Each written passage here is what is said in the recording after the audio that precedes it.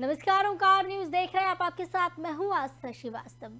चार बड़ी खबरों पर चर्चा करेंगे। पहली खबर जिस पर हम बात करने वाले हैं, ममता बनर्जी ने बीजेपी सरकार पर आरोप लगाए हैं। दूसरी खबर जिस पर हम बात करेंगे, राघव चड्ढा को सरकारी बंगला खाली करने का नोटिस दे दिया गया है। तीसरी खबर जिस पर हम बात करने वाले हैं, क्या रेसलर्स का कमजोर हो जाएगा केस, क्योंकि जिस तरीके से बयान पहले दिए जा रहे हैं, बयानों से पीछे हटते हुए रेसलर नजर आ रहे हैं, तो सवाल यही खड़ा हो रहा है कि क्या रेसलर्स का केस कमजोर हो जाएगा। चौथी बड़ी खबर जिस पर अब बात करेंगे, दो मासूमों की जान अटकी हुई है। एक बिहार में पुल के पिलर के बीच में 11 साल का बच्चा फंसा है, तो दूसरा सीहोर में 2.5 साल की मासूम सृष्टि बोरवेल में गिर गई है। तो ये चार बड़ी खबर है जिस पर हम बात करने वाले हैं।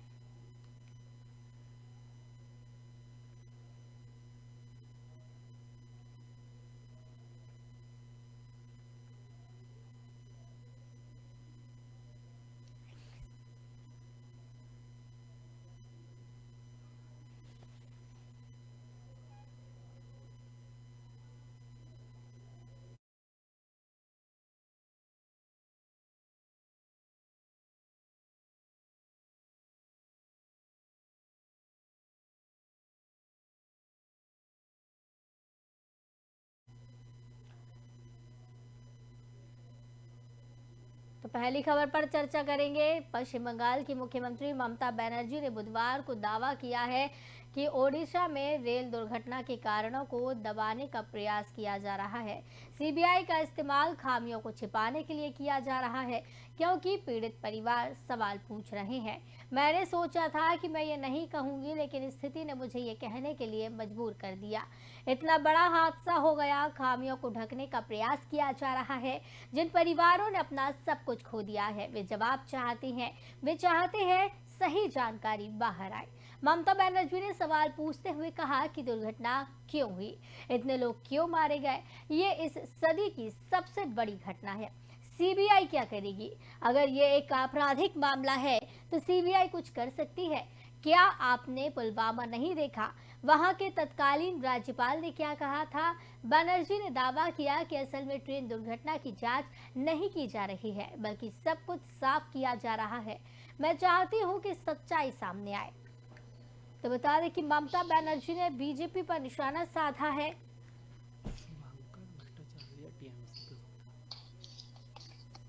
इस खबर पर चर्चा के लिए शुभांकर भट्टाचार्य टीएमसी प्रवक्ता है, वो जुड़े हुए। बहुत बहुत स्वागत है शुभांकर जी, ओंकार न्यूज में आपका।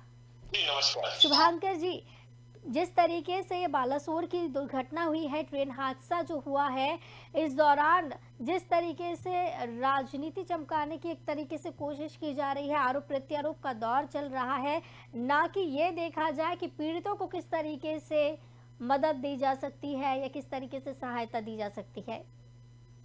देखिए, एक बहुत अहम चीज है। आप अगर पूरा इस घटनाक्रम को देखें तो इसमें दो तरीके के राजनीतिकरण जिसको परिभाषित किया गया वो दो। एक, जो सवाल पूछा गया सरकार से कि आखिर जो कवच का इस्तेमाल होना था वो कहाँ हुआ, ये पूछना राजनीतिकरण हो गया जी। एक्सीडेंट से कोई मतलब नहीं है सरकार को जी। बात यह है कि सवाल क्यों पूछा जा रहा है, वो राजनीतिकरण है। दूसरा राजनीतिकरण क्या है? दूसरा राजनीतिकरण यह है कि हमने सरकार का इंतजार किए बगैर अगर हमने वहां पे लोगों को राहत पहुंचाने की कोशिश की, क्योंकि हावड़ा तक के सबसे ज्यादा जो पैसेंजर थे वहां पे बुला करके अगर, तो उसको भी जो है इन्होंने राजनीतिकरण बताया। और उसके साथ साथ सोचिए कितनी दुखद घटना और उसके पीछे कैसा खिलवाड़ जैसा माहौल इन्होंने बना रखा है। जब शुभेंदु अधिकारी जैसा बड़ा नेता वो ये कहते हैं कि ये पूरा ट्रेन दुर्घटना ये टीएमसी द्वारा करवाया गया है जी। अब इसके बाद सोचिए कि राजनीतिकरण कौन कर रहा है, कैसे किया जा रहा है। ये बात नहीं की जा रही कि अरे नहीं भाई कवच हमारा इधर से फेल हो गया, सिस्टम को और दुरुस्त करना होगा। इसके ऊपर किसी से आपने कुछ बोलते सुना? प्रधानमंत्री जी का कोई बयान सुना कि नहीं अब की जो है ट्रैक्स के ऊपर ये हो रहा है उसको अभी हिसाब निकाले जा रहे साहब कि ट्रैक्स तो जो है नेहरू के समय से पड़े हुए हैं, ये तो उस समय का हुआ था इधर का। देखिए ये सारे जो बात फिर से मैं बताऊं, अभी थोड़े दिन पहले इसका भी जो है इन्होंने अपनी पीठ थपथपाई थी कि 1 लाख किलोमीटर का लाइन वो भाजपा शासन में हमारा बैठाया गया है। 1 लाख किलोमीटर के ऊपर ये खुद इन्होंने अपना पीठ थपथपाए थे बोल के। आज ये कहा जा रहा है कि ट्रैक्स की दुर्दशा इसलिए है क्योंकि ट्रैक्स तो तब के पड़े। तो ये 1 लाख किलोमीटर कहां से कहां दौड़ा जी? क्या सिर्फ गुजरात के अंदर दौड़ा था 1 लाख किलोमीटर? यही जो सवाल है, अगर ये सवाल आज के दिन में पूछा जाता है, अगर आपके चैनल के दरमियान से आता है या किसी भी राजनीतिक पार्टी की तरफ से आता है, तो इसको राजनीतिकरण का परिभाषित किया जाएगा। वरन इस बात को नहीं किया जाता है कि देखिए, बात जब सवाल की आती है, हमेशा जो सत्ता में होता है उससे सवाल पूछे जाते हैं। विपक्ष का काम है सवाल पूछ के अपने जनता तक पहुंचाना जी। तो ये चीजें अब कौन करेगा? आज उल्टा हो रहा है, सत्ता पक्ष सवाल पूछ रहा है विपक्ष से जी। सत्ता पक्ष पूछ रहा है कि आपने कैसे करके वहां पे, हमने उधर अभी हावड़ा में जो वहां के जो पीड़ित थे उनको बुला के दिया गया, तो उस पे जाके सोचिए ये बात बोली गई कि इन्होंने जाके सबसे पहले दिया था, उसका मतलब है ममता बनर्जी का हाथ है। बगैर सर पैर की बातें जी। और टीएमसी पर काले धन निकालने का भी आरोप इस दौरान लगाया गया कि 2000 रुपए के जो नोट दिए जा रहे हैं वो काला धन निकाल रही है। अच्छा, एक बात बताइए जी, ये तो पूरा जो उसमें से डाला गया, ये कुछ छुपा के कोई चुपचाप एक मिठाई के डब्बे में बांध करके तो दिया नहीं गया जी। और दूसरी बात क्या, बीजेपी ये इधर से ऑलरेडी ये शुभेंदु अधिकारी इस बात को कहना चाहते हैं कि 2000 का नोट चलन में है कि बाधित कर दिया गया है कि बंद कर दिया गया है। फिलहाल अगस्त तक उसको आपने चालू रखा है जी। नंबर 2, जिस पैसे में आपने जब वहां पे जो जीएसटी का जब वो जायजा जब होता है, जब जो चीज हमारे जो कैश ट्रांजैक्शंस में जो स्टेट के पास एक्सचेकर्स के अलावा जो आती है जी, वो तो जिस नकदी में आएगा उसी में जाएगा। ये कोई अपने जेब से तो नहीं कर रहा है और ये खुल के सबके सामने दिया जा रहा है। लोगों को दूध में से राहत में दिखा दिया गया है। मैं पूछना चाहता हूँ राहत क्या दिया? मैं बीजेपी से पूछना चाहता हूँ राहत क्या दिया? जो लोग खत्म हो गए साहब, असल जो नंबर जो निकल के आया है वही ममता दीदी जब 500 कह रही थी, आज के दिन में असल नंबर 468 बताया जा रहा है। लेकिन शुभांकर जी, इस हादसे की तुलना जिस तरीके से पुलवामा हमले से की गई है, तो कितना सही ये है कि पुलवामा हमले से कंपेयर कर दिया गया? ट्रेन हादसा ये अलग चीज है, पुलवामा हमला एक अलग चीज है। देखिए ऐसा है ना, इसको कहते हैं, मैं हमेशा ये बात कहता हूँ कि पिछले 1 दशक में जो राजनीति की जो एक भाषा होती थी, एक मर्यादा होती थी, वो हर तरफ से कम हुई है। मैं इसमें किसी एक को मैं उंगली नहीं उठाता और ये मेरा अपना व्यक्तिगत मामला है। मेरा मानना है कि कभी अगर आप कोई चीज बोलते हैं, चाहे वो हमारे पक्ष के नेता हो चाहे किसी पक्ष के नेता हो, उनको ये समझना चाहिए कि ये जो है बहुत बड़ी तादाद में जो है जनता जब सुनती है तो वो अपने मन में एक छवि भी बनाती है जी। तो इस प्रकार की भाषा तो खैर मैं इस बात का मैं बिल्कुल मैं समर्थन नहीं करता कि किसी चीज को किसी के साथ आप उसमें से दें। एक बहुत दुखद घटना घटी है, एक बहुत ही बड़ा हादसा हुआ है, बहुत लोगों की जाने गई है। आप ये अपने आप में दुखद है, ये अपने आप में संवेदनशील है। आप इसको संवेदना को और बढ़ाने के लिए किसी चीज से मिलाना ये उचित नहीं है। इस बात का मेरा तो अपना व्यक्तिगत रूप से इसका कोई समर्थन भी नहीं है और मैं नहीं चाहता कि इस प्रकार की बातों को कोई ज्यादा तूल लेनी चाहिए। चलिए, बहुत बहुत धन्यवाद शुभांकर जी हमारे साथ जुड़ने के लिए और ज़्यादा चर्चा के लिए धन्यवाद। तो आपको बता दें कि केंद्र सरकार के ऊपर भी सवाल उठाए जा रहे हैं। ममता बनर्जी ने सरकार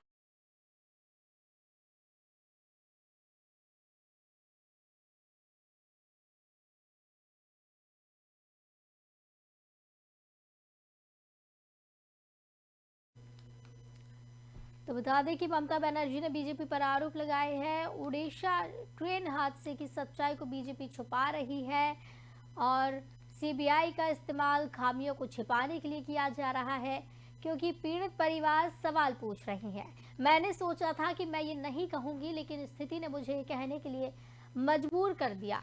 इतना बड़ा हादसा हुआ, खामियों को ढकने का प्रयास किया जा रहा है। जिन परिवारों ने अपना सब कुछ खो दिया है, वे जवाब चाहते हैं। वे चाहते हैं सही जानकारी बाहर आए। ममता बनर्जी ने सवाल पूछते हुए कहा कि दुर्घटना क्यों हुई, इतने लोग क्यों मारे गए, ये इस सदी की सबसे बड़ी घटना है, सीबीआई क्या करेगी? तो तमाम तरीके के सवाल ममता बनर्जी ने उठाए हैं।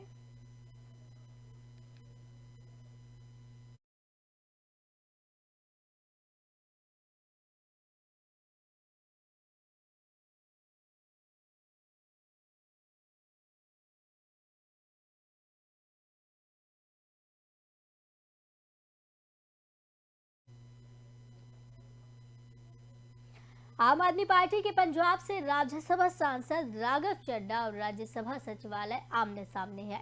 सचिवालय ने चड्ढा को सरकारी बंगला खाली करने का नोटिस भेजा था, जिसके खिलाफ चड्ढा ने दिल्ली के पटियाला हाउस कोर्ट में याचिका दायर की है। इस मामले में गर्मी की छुट्टी के बाद 10 जुलाई को सुनवाई होगी।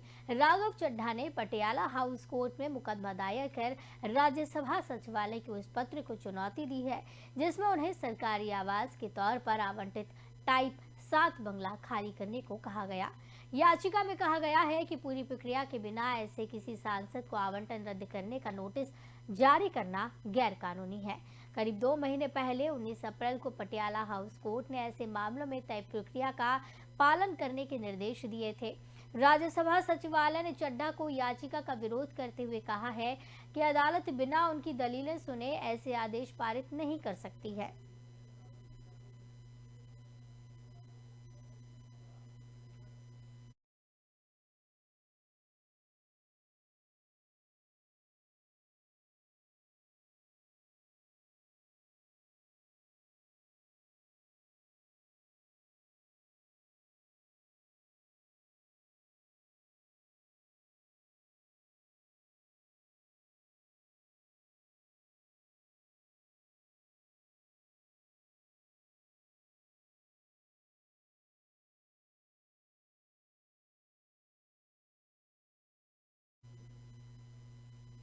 भारतीय कुश्ती संघ के पूर्व अध्यक्ष ब्रजभूषण शरण सिंह की गिरफ्तारी समेत 5 सूत्रीय मांगों के लिए सरकार ने आंदोलनकारी पहलवानों को 15 जून तक का समय दिया है। अब पहलवानों ने इसके लिए काउंटडाउन शुरू कर दिया है। पहलवानों को बीजेपी सांसद ब्रजभूषण की गिरफ्तारी से कम कुछ भी मंजूर नहीं है। इधर गिरफ्तारी का आधार बनी नाबालिग ने सुप्रीम कोर्ट में अपने बयान बदल लिए हैं। उसने बयानों में शोषण नहीं बल्कि भेदभाव की बात कही है। नाबालिग के इन बयानों से ब्रजभूषण की गिरफ्तारी पर संदेह पैदा हो गया है। ऐसे में सुप्रीम कोर्ट पर निर्भर करता है कि वो नाबालिग के किस बयान को आधार मानता है। सुप्रीम कोर्ट के पास नाबालिग के पुलिस को दिए हुए बयानों की कॉपी समेत अब तक हुए 3 बयानों का ब्यौरा है। इस बार नाबालिग के पिता ने स्पष्ट किया है कि उन्होंने बयान लोभ लालच में नहीं बल्कि डर की वजह से बदले हैं। उन्होंने कहा कि मैं ये नहीं कहना चाहता कि किसने धमकी दी है। मेरा भी परिवार है, अगर मेरे को कुछ हो गया तो मेरा परिवार बर्बाद हो जाएगा। मुझे डर लग रहा है। हमारे अंदर भेदभाव का गुस्सा था। फेडरेशन के अंदर अपील की, लेकिन उन्होंने भी नहीं सुनी। हमने जो एप्लीकेशन दी उसमें कुछ सच और कुछ गलत था। मैंने सही और गलत को कोर्ट में जाकर क्लियर कर दिया है। मेरा पूरा परिवार डिप्रेशन में है। इससे पहले बुधवार को रेसलर बजरंग पूनिया और साक्षी मलिक की दिल्ली में खेल मंत्री अनुराग ठाकुर के साथ 6 घंटे की मैराथन मीटिंग हुई। मीटिंग के बाद रेसलर साक्षी मलिक ने कहा, सरकार ने जांच पूरी करने के लिए 15 जून तक का समय मांगा है। इस खबर पर चर्चा के लिए कुमार श्रीकांत वरिष्ठ पत्रकार हैं, वो जुड़े हुए हैं। बहुत बहुत स्वागत है श्रीकांत जी आपका ओंकार न्यूज में। जी श्रीकांत जी, ये रेसलर और ब्रजभूषण के बीच की जो लड़ाई चल रही है ये खत्म होने का नाम नहीं ले रही है। एक तरफ तो कहा जा रहा है कि नौकरी पर पहलवान वापस लौट जाएंगे और दूसरी तरफ कहा जा रहा है कि ये आंदोलन भी जारी रहेगा। तो क्या चाहते हैं आप ये रेसलर, क्या आपको लगता है?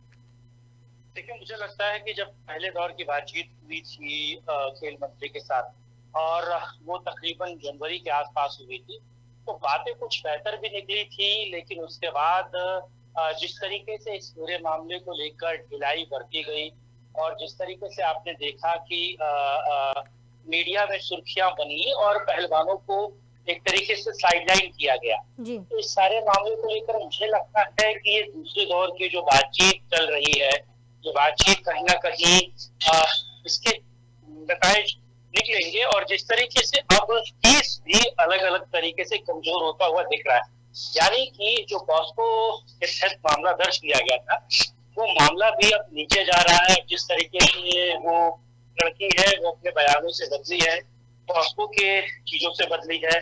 फिर उसके बाद आपने देखा किस तरीके से 2 अलग अलग एफिडेविट आए, 2 अलग अलग डेट ऑफ बर्थ आए, इसका पता चलता है कि लड़की 16 साल की नहीं होकर बल्कि 19 साल की है। और ये जो मामले को तूल बनाया गया है और अलग तरीके से प्रदर्शित किया गया है, अमित शाह का इंटरवेंशन रहा हो जिस तरीके से इस पूरे खबर ने सुर्खियां बटोरी हो, जी कहा जा सकता है कि अब इसमें कुछ निर्णायक मोड़ आता हुआ दिखेगा, जो 15 जून के आसपास हम लोगों को दिखेगा। जी जी। जी, बाकी सारी चीज़ें ठीक है, लेकिन जिस तरीके से ये बयान बदलने की बात सामने आ रही है कि नाबालिग जो थी उसने बयान बदल दिए, भेदभाव की बात अब कही जा रही है, पहले यौन शोषण की बात कही जा रही थी। तो क्या आपको लगता है कि बयान के उलटफेर की वजह से कमज़ोर हो सकता है रेसलर्स का केस? जिस तरीके से ब्रजभूषण की गिरफ्तारी की मांग पर वो अड़े हुए हैं, उनकी गिरफ्तारी में थोड़ी बहुत ढील उन्हें मिल सकती है इसकी वजह से? देखिए, गिरफ्तार तो उनको पहले भी नहीं किया जा रहा था, क्योंकि अगर आप देखें 2005 जस्टिस लोढ़ा सुप्रीम कोर्ट का जो वर्डिक्ट था, जी पॉस्को को लेकर वो अलग था। और जिस तरीके से ब्रजभूषण सिंह इस पूरे मामले को लेकर मीडिया के सामने अलग अलग मंचों पर कह रहे थे कि उनको गिरफ्तार कर लिया जाए, अगर उनमें गलती है तो फांसी पर चढ़ जाएंगे। जी और लगातार बदलते हुए पहलवानों के बयान, वो पहले अलग बयान देते हैं, दूसरे दिन अलग बयान देते हैं। और जिस तरीके से पूरे मामले को फैब्रिकेटेड दिखाया गया, जैसे पूरे मामले में तो बहुत सारे लूप होल थे। जी तो पुलिस भी इन सारी चीजों को जानती है। सुप्रीम कोर्ट के आदेश के बाद जब पुलिस ने इस पूरे मामले को दर्ज किया, तो कहीं ना जी कहीं चीजें निकल कर भी आ लेकिन रही कई थी कि दिनों से आगे रेसलर्स जो हैं, कई दिनों से रेसलर्स अपनी बात पर अड़े रहे। उसके बाद जब अमित शाह से मुलाकात हुई, अनुराग ठाकुर से मुलाकात हुई, उसके बाद ये चीज़ें बदलने शुरू हो गई। तो क्या आपको लगता है कि कोई प्रेशर है उनके ऊपर? तो उसके बाद घर वालों की बातें सामने आने लगी कि घर वाले प्रेशर में हैं और तमाम चीज़ें रेसलर्स की तरफ से कही जाने लगी। देखिए, पूरा का पूरा मुद्दा अगर राजनीतिक गलियारे में आप देखें तो ये पूरा मुद्दा ब्रजभूषण सिंह वर्सेस हरियाणा की जो खेल खेल लॉबी है, और खास तरीके से जो जाटों की अगेंस्ट चलता है पूरा वो, उसके बीच सारा मामला रहा। और जिस तरीके से पुरानी खबरें भी निकल रही थी और तमाम वीडियोस और चीजें निकल रही थी, उससे कुछ चीजें निकल कर भी आ रही थी कि ये सारा मामला नाक की लड़ाई को लेकर है। जी और नायक की लड़ाई में कहीं ना कहीं पहलवान जो है वो मोहरे की तरह इस्तेमाल किए जा रहे थे। जी और जो खबरें लगातार बन रही थी, और सबसे बात इसे फैब्रिकेटेड इसलिए कहा जा सकता है क्योंकि कोई भी पहलवान या जिस जिस मसौदे पर एफआईआर दर्ज की गई है, उसका मेन जरिया जो है वो अलग अलग समय पे अलग अलग तरीके से बदला हुआ दिखा। तो एफआईआर में जो चीजें दर्ज हुई, 164 के तहत जो बयान हुए, 164 के तहत जो बयान बदले गए, डिटेलिंग नहीं हुई। और अगर आप देखा जाए तो उसको जब पुलिस ने क्रॉस चेक किया तो अलग अलग जगह पर अलग अलग चीजें आई। मजिस्ट्रेट के सामने अलग, एफआईआर में अलग, जीरो एफआईआर में अलग, पॉस्को की एफआईआर में अलग। और जब उसको चार्जशीट के तौर पर पुलिस बना रही है तो उसमें सारी चीजें अलग अलग नजर आ रही है। तो कहीं ना कहीं ये बात मानी जा सकती है कि ये मामला फैब्रिकेटेड था। ये दो चीजें निकल के आ रही है, अगर इसको कुछ सच्चाई है तो सामने आनी चाहिए। जी चलिए, बहुत बहुत धन्यवाद हमारे साथ जुड़ने के लिए श्रीकांत जी, और ज़्यादा जानकारी के लिए, ज़्यादा चर्चा के लिए। तो आपको बताते चले, 15 जून तक गिरफ्तारी की राह पहलवान देखने वाले हैं। 15 जून तक का समय दिया गया है। खेल मंत्री अनुराग ठाकुर से भी 6 घंटे मीटिंग हुई थी, और नाबालिग के बयान पलटने से केस में नया मोड़ आया है। अब सवाल ये उठ रहा है कि क्या बयानों के उलटफेर के बाद पहलवानों का केस कमज़ोर हो जाएगा?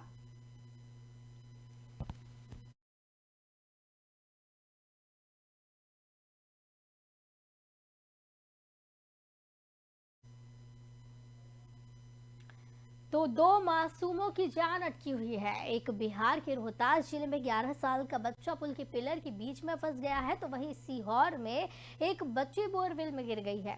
बच्चे को निकालने के लिए लगातार रेस्क्यू किया जा रहा है। बिहार में पिलर के बीच जो बच्चा फंसा है उसे 20 घंटे से रेस्क्यू किया जा रहा है, और सीहोर में जो बच्ची बोरवेल में उसे 48 घंटे से निकालने की कोशिश की जा रही है। स्थानीय प्रशासन की टीम बच्चों को निकालने की कोशिश में जुटी हुई है। मौके पर बच्चों के परिजन समेत भारी भीड़ भी मौजूद है। बिहार का जो मामला है वो नासरीगंज दाऊद नगर में स्थित सोन पुल का है। यहाँ 11 साल का बच्चा रंजन बुधवार सुबह से घर से गायब था। वो मानसिक रूप से विक्षिप्त है। बेटा जब घर नहीं लौटा तो इसकी तलाश की गई। इस दौरान एक महिला ने पुल के पास उसे रोते हुए देखा और बच्चे की आवाज सुनी। इसके बाद महिला ने परिजनों को बच्चे के बारे में जानकारी दी। पहले परिजनों ने बच्चे को निकालने का प्रयास किया, लेकिन जब वे सफल नहीं हुए तो उन्होंने पुलिस को और प्रशासन को इसकी जानकारी दी। प्रशासन की टीम ने बुधवार शाम 4 बजे से बच्चे को निकालने के लिए रेस्क्यू शुरू किया। एनडीआरएफ की टीम बच्चे को निकालने में जुटी है। हालांकि अभी तक बच्चे को नहीं निकाला जा सका। मध्य प्रदेश के सीहोर में भी 300 फीट गहरे बोरवेल में 2.5 साल की बच्ची सृष्टि गिर गई है। उसे बचाने के लिए लगातार तीसरे दिन रेस्क्यू चल रहा है। बच्चे को बचाने के लिए गुरुवार सुबह रोबोटिक एक्सपर्ट की टीम भी रेस्क्यू अभियान से जुड़ी। बच्चे को पाइप के जरिए ऑक्सीजन पहुंचाई जा रही है। बताया जा रहा है कि बच्चे को निकालने का काम और अधिक कठिन हो गया है, क्योंकि वो और नीचे फिसल गई। बच्ची करीब 100 फीट की गहराई में जा गई है। बच्ची को बचाने के लिए सेना, एनडीआरएफ, एसडीआरएफ और स्थानीय प्रशासन की टीमें जुटी हुई हैं।